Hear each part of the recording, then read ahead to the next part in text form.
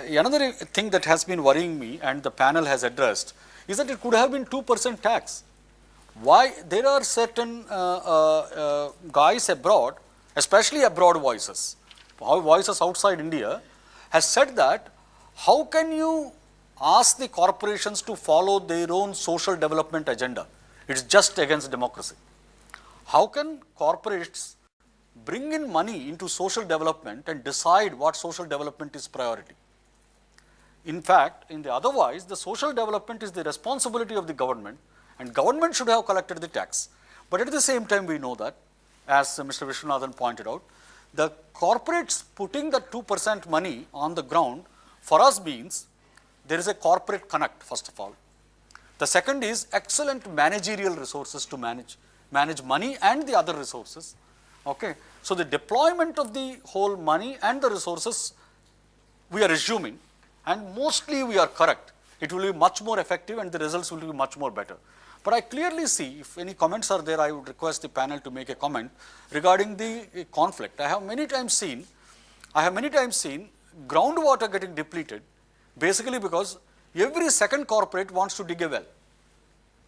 I have seen the bore wells and bore pipes being in plenty because government comes and puts up one and another corporate comes and puts up one, third corporate puts up another one. Basically, it is almost like competing for the easily accessible community to demonstrate your community responsibility, because the farthest one is very difficult to reach. The one that is not accessible is very difficult to reach. So it's basically to demonstrate whichever is the near. Thana becomes the major center for corporate development, or Vasind becomes the major center for corporate development, whereas you miss many other far-reaching areas. So I think you emphasize that particular point.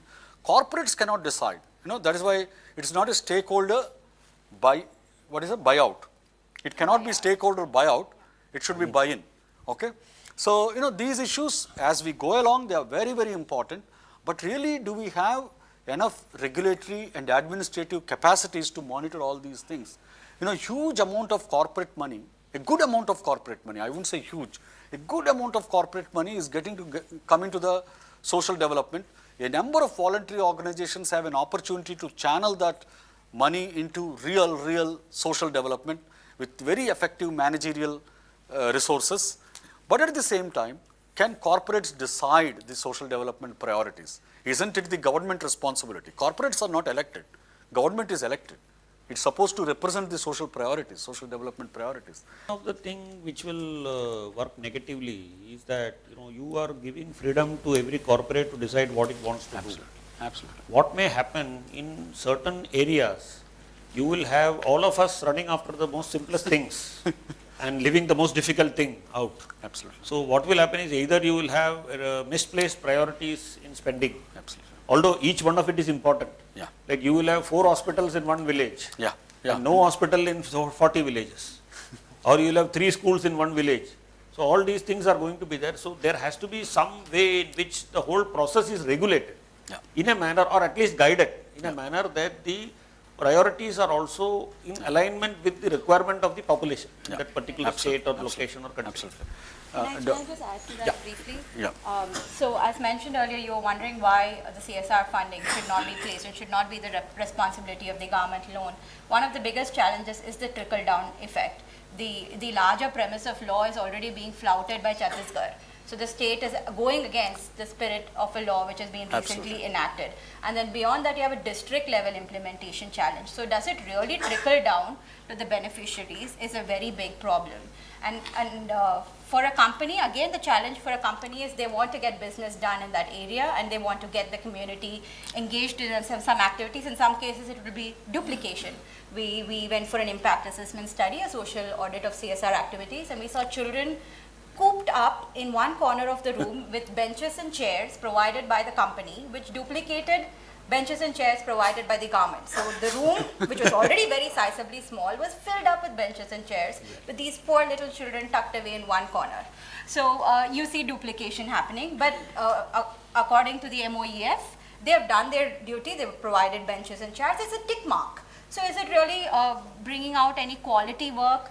The community is unhappy at the end, the company is equally unhappy that the community is unhappy. So it's like a endless loop and circle, and how do you get out of this is where TIS is trying very hard to encourage companies to tailor the programs according to the needs of a community. So actually that community was had just sold land, they were very wealthy, and they did not want water, they did not want education, they didn't want they had an excellent sub-health center which was running with the A&M.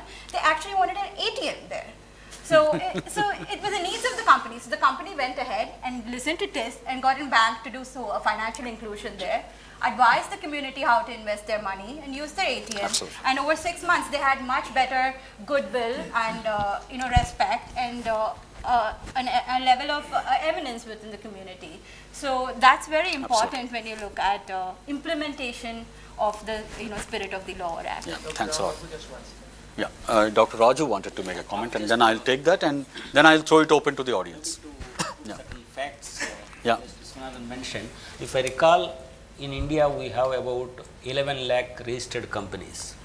Out of 11 lakh registered companies, roughly 5,000 companies are listed. Out of these 5,000 companies, hardly 2,000 companies make profits, and out of 2,000 companies also, I don't think many of them make more than 5 crores profit.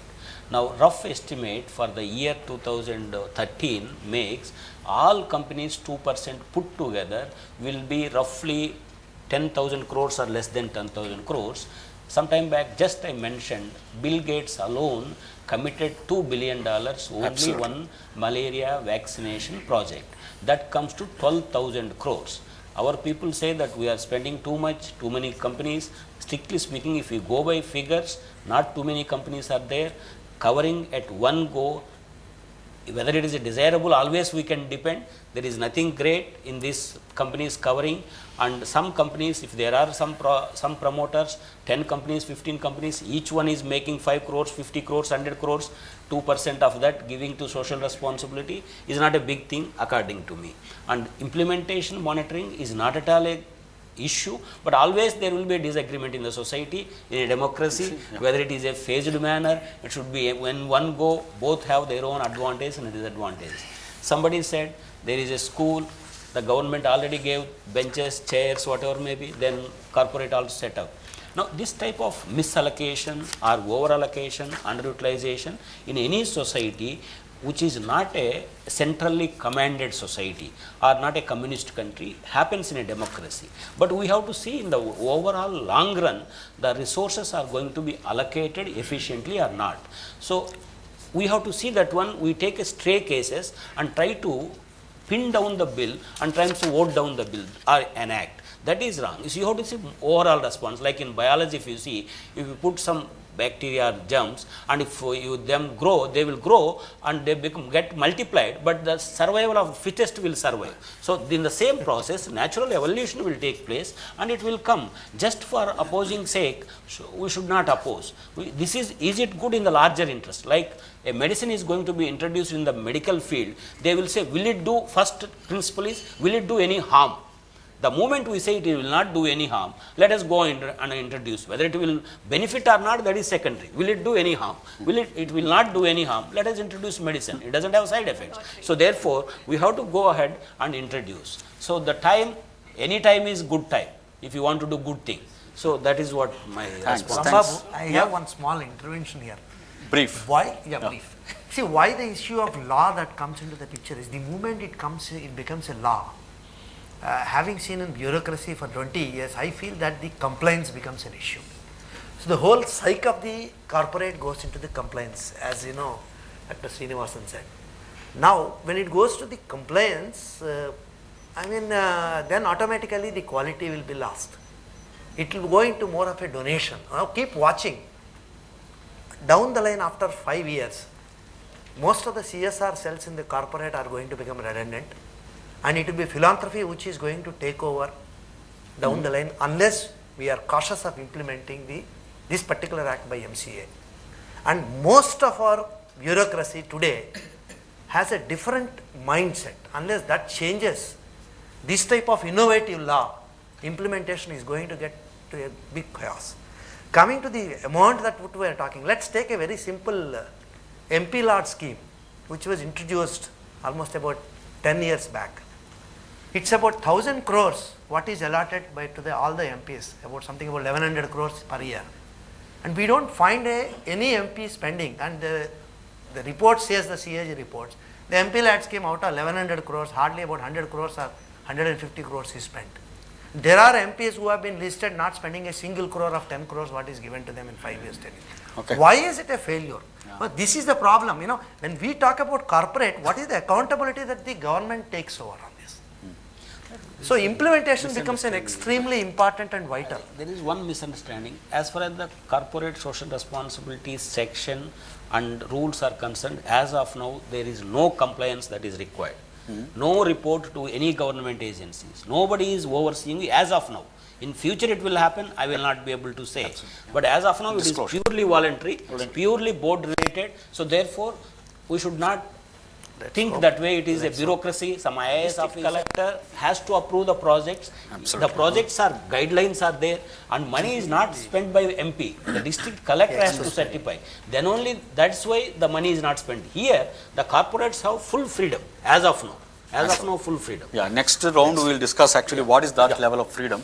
Paresh, a brief Just comment. very, so that very, the very, audience- very, very, Yeah. very small, 2, 3, 4 points. Yeah. Very small. Yeah. First of all, the issues which Shubha raised and my friend Bhaskar raised, if the efficiency was there and the way government was spending, then corporate executive efficiencies or efficiencies in execution would not have been brought to the fore. And this is what the Act brings it to the fore. Secondly, the duplication or things not needed, this is what's happening now. So when the board is monitoring, I hope and I believe it will not happen. That is the whole idea. This is how CSR is happening now. What Shubha is saying is 100% right. And that is what we need to change. Precisely for that is the Act where it will help us go forward. So 2 points. Third point, as far as the Chhattisgarh thing is concerned, Chhattisgarh government has been sent a stinker, and I'm saying it publicly. They've already reversed that. So there's no point quoting that, because whenever there's a money flow, everyone wants to dip his finger into it. So that has been retrieved. Please They not. have retrieved, is it? It has been. They have been sent a stinker. I mean, I'm saying very politely. Okay. We have all been tweeting about it. I'm actually, saying. quite a lot. So I'm saying it very politely. Good. So let's not quote something which is already. See, it's a central law. Any state government can't do anything about it. Absolutely. Please understand. I mean, everyone can shout, wanting to dip their fingers into it. And everyone will try and do it. That's a natural human tendency. But it's a law. Please understand. The third point is, government is trying to promote. Government doesn't need this money. As people said, it's a very small amount of money. They are trying to get execution efficiencies of the corporate. So in a participatory approach towards development and growth of India. And isn't it as each corporate citizenship to our responsibility to contribute towards that? And lastly, these are the only points. Thanks for time. Thanks a lot. I think it's a wonderful thing. That means it's looking, the Act and the rules are looking at much more than the 2% contribution from the corporate. They want them to come in and take note of the problems of the country, environmental, social and economic problems of the country, and see how can they deploy their resources in addition to this 2% to address some of those problems while addressing their own business issues.